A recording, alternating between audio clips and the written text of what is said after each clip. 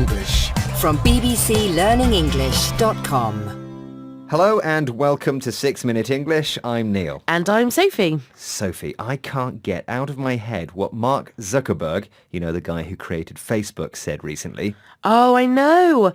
He pledged, or made a serious promise, to give away 99% of his shares in Facebook over the course of his lifetime.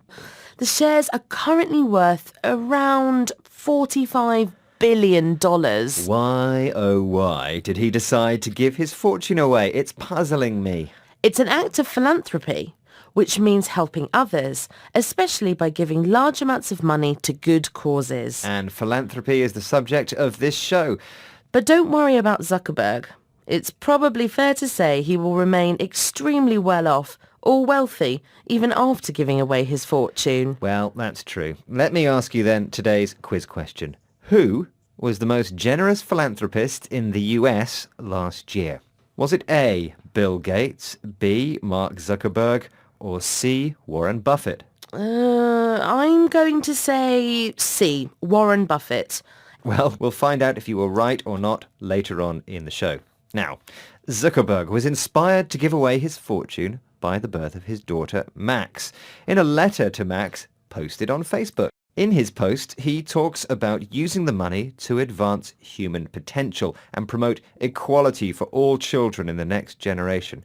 Equality, in other words, with the same rights and opportunities. Zuckerberg is the latest in a long line of billionaire entrepreneurs to turn philanthropist and use his money for good causes.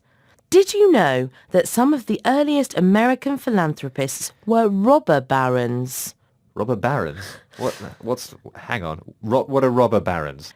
They're business people who use unethical or morally wrong business tactics to gain large personal fortunes. 19th century entrepreneurs like Rockefeller, Carnegie and Ford were robber barons. They built up huge empires in industry, oil, steel, railways and cars, and were largely responsible for transforming the United States from an agricultural nation into an industrial one. Henry Ford, he's the one who said you can have any colour you want as long as it's black. I like that kind of thing. Focus, Neil. Okay. But as the barons got older, they decided they wanted to give back to society and turned to philanthropy. Andrew Carnegie believes that wealth should be spent to make the world a better place. That sounds too warm and fuzzy for a ruthless or cruel robber baron. People change, Neil. When he died, Carnegie had given away a total of $350 million to the state to spend on public works. That's around $8 billion in today's money. Well, let's listen to Hugh Cunningham, a professor of history at the University of Kent here in the UK. He talks about what the average Joe, that's you and me folks, thinks about big business and philanthropy today. The very word philanthropy does not necessarily have 100% positive connotations for the public at large, given where we are in terms of the public's attitudes towards big business or the banks and all that kind of stuff. So I think it's in everyone's interest to try and broaden out the concept of philanthropy into a wider notion of giving, making a contribution, making a difference. Yes, banks and big businesses can easily afford to give away millions of dollars for the public good if they choose to.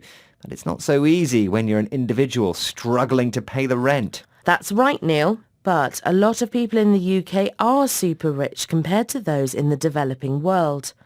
And we can make a big difference by donating or giving smaller amounts of money to help improve their lives. And that's what Professor Cunningham means when he says we should broaden out the notion, or idea, of philanthropy. It's not only robber barons who can afford to be philanthropic. Let's listen to Toby Ord, a graduate student from Oxford University, talking about how he makes a difference.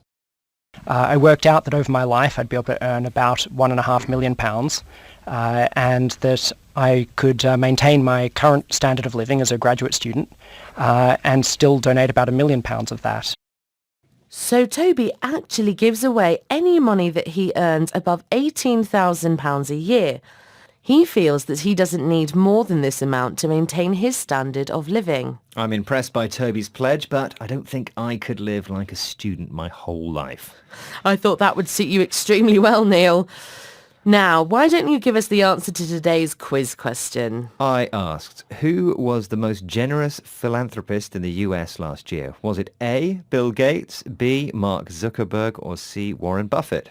I said Warren Buffett. Ah, good guess, Sophie. Well done. Buffett, who made his $73 billion fortune from investments, donated $2.8 billion to charity in 2014, bringing his lifetime total to almost $23 billion, according to Forbes. That's a tidy sum, and that means a large number. Okay, let's hear those words again, Sophie. Here they are. Pledged. Philanthropy. Well off. Human potential. Equality. Unethical. Ruthless.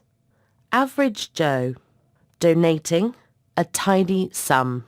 Well, that's the end of today's 6 Minute English. Please join us again soon. Goodbye. Bye-bye. 6 Minute English from the BBC.